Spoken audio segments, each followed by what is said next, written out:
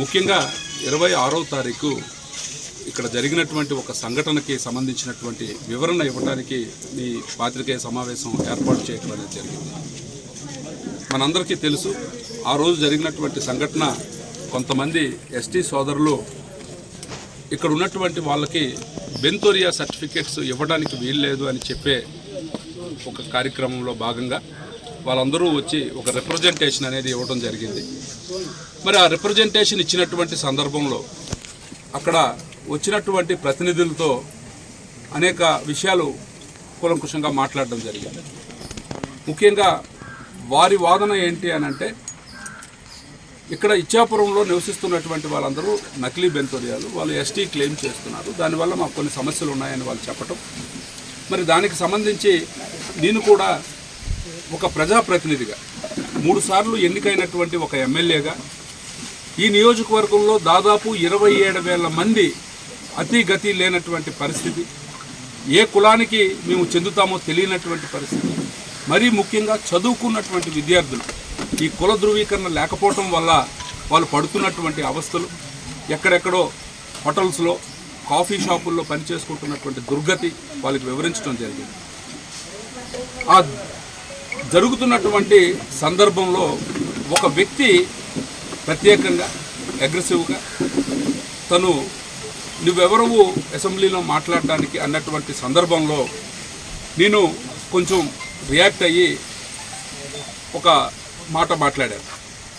అయితే దానిని పొలిటిసైజ్ చేసి ఈరోజు చాలామంది దీని మీద యాజిటేషన్స్ చేస్తున్నారు. దయచేసి యాజిటేషన్స్ చేస్తున్నటువంటి వాళ్ళకి నా మనవి ఏంటంటే, ఒకసారి మీరు వీడియో అశాంతం చూడండి. ఆ వీడియోలో మీ ప్రతినిధులుగా వచ్చినటువంటి వాళ్ళతో నేను సంభాషించినటువంటి తీరు కానీ, నేను చెప్పినటువంటి వివరణ కానీ వాళ్ళెవరూ ఖండించలేదు. ఒక వ్యక్తి వ్యక్తిగతంగా మాట్లాడినటువంటి సందర్భంలో నేను రియాక్ట్ అయ్యాను. అయితే ఒక మాట తప్పుగా దొరికినటువంటి మాట వాస్తవమే, దానికి నిజంగా నేనే బాధ్యత వహిస్తున్నాను.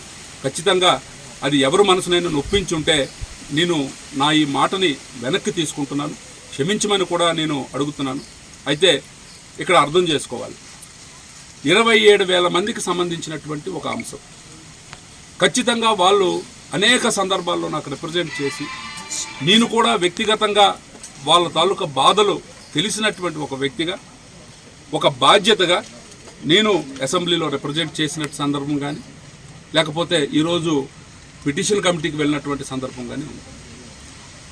అక్కడ వచ్చినటువంటి ప్రతినిధుల్లో ఒక వ్యక్తి వీళ్ళు నకిలీ బెంతోరియాలు అన్న మాట వాడితే ఆయనకు కూడా నేను వివరణ ఇచ్చాను. నకిలీ బెంతోరియాలు అనే అధికారం మనకి లేదు. ఎందుకు అని అంటే అది కోర్టు పరిధిలో ఉన్నటువంటి వ్యవహారం, ప్రభుత్వాలు తీసుకోవాల్సినటువంటి నిర్ణయం. సో మీకున్నటువంటి రిప్రజెంటేషన్ ఏదైతే వాళ్ళు బెంతోరియాలు కారు అని మీరు అంటున్నారో, అలాగే వాళ్ళ దగ్గర కూడా మేము బెంతోరియాలమే అని చెప్పే పూర్తి ఎవిడెన్సెస్ వాళ్ళ దగ్గర కూడా ఉన్నాయి.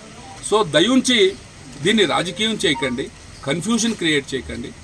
ఏదైనా ఉంటే ఒక న్యూట్రల్ ప్లాట్ఫామ్, కలెక్టర్ గారు లాంటి ఒక అధికారి సమక్షంలో మీరు రండి, వాళ్ళని తీసుకొని వస్తాను, చర్చిద్దాం. చర్చించిన తర్వాత ఏ రకమైనటువంటి నిర్ణయాలు ప్రభుత్వాలు తీసుకుంటాయో తీసుకొని అని చెప్పినటువంటి సందర్భమే తప్ప అది ఏ రకంగా కూడా నేను ఒక సమూహాన్ని కానీ ఒక సామాజిక వర్గాన్ని కానీ నేను కించపరిచే ఉద్దేశం నాకు ఎటువంటిది కూడా లేదు.